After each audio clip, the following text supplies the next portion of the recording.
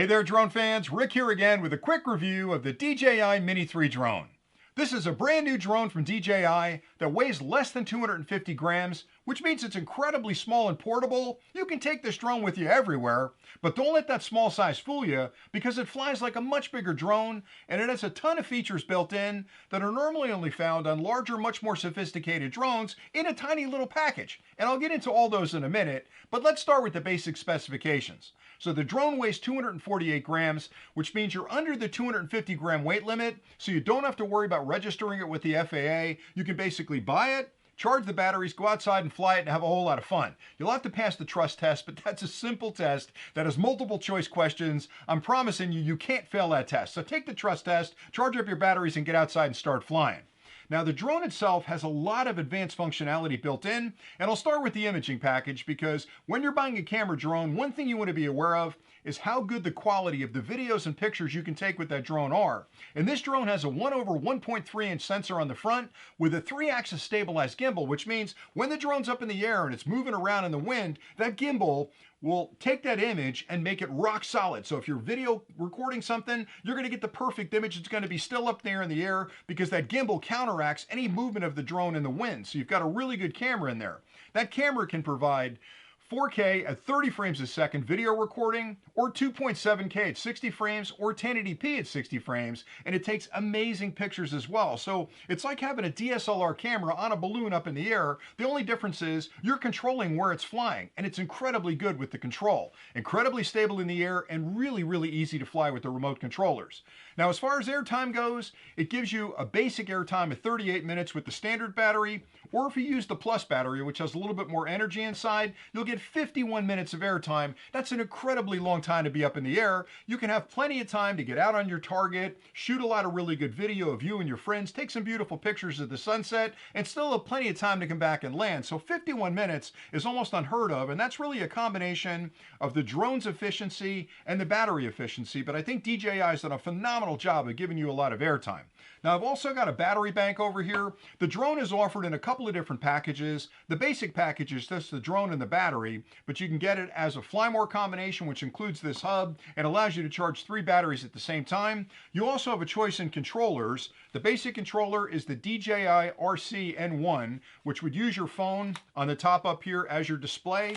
But if you want to get a controller that's integrated, DJI also offers the DJI RC, which has an integrated display. Basically, this and the drone is all you need to fly. Power this up, power up the drone, go out there and have a lot of fun. So it does a great job with either controller, totally up to you. And if you own one of these controllers already, you can buy the drone on its own and just bind it to the controller you've got.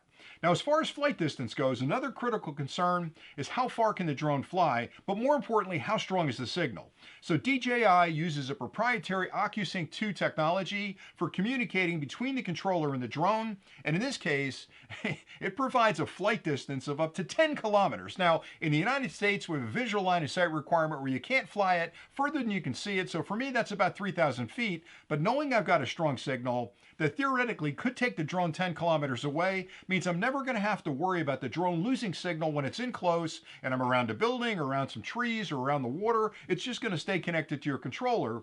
But in the event that anything happens, either the drone gets a little bit queasy, the battery power gets a little bit low, or you break connection with your remote, the drone is smart enough to elevate to a particular height you've set in the application, spin to face the home point, fly right back where it took off and land. So it's got a lot of protections built in, so you'll never have to worry about the drone going up and taking off towards the horizon on its own. It's always going to stay bound to the controller. And again, in that unlikely event where there's a break in the controller or the batteries get a little bit low, the drone takes over and it's got that safety mechanism built in where it flies back and pretty much lands where it took off.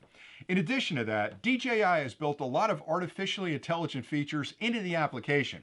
So the first day you fly this drone, there are automated flight patterns built into the application that with the push of a button on either remote controller, you can have the drone automatically focus on you in the center of the screen and then circle you and take images of you and video of you. You can also have it fly away sort of in a really ascending pattern away from you to reveal the area behind you. You can have it swoop in nice and tight. You can shoot a panorama where it goes up to a certain height and it'll take a series of pictures and sew those together to give you almost a 180-degree view of that area. So there's a lot of easy flight adjustments built into the drone that basically make you an amazing cinematographer the first day you're flying it. Now you can certainly control it with the joysticks as well, and you'll get really good at that in very short order. And my favorite thing to do is to learn how to fly it really well.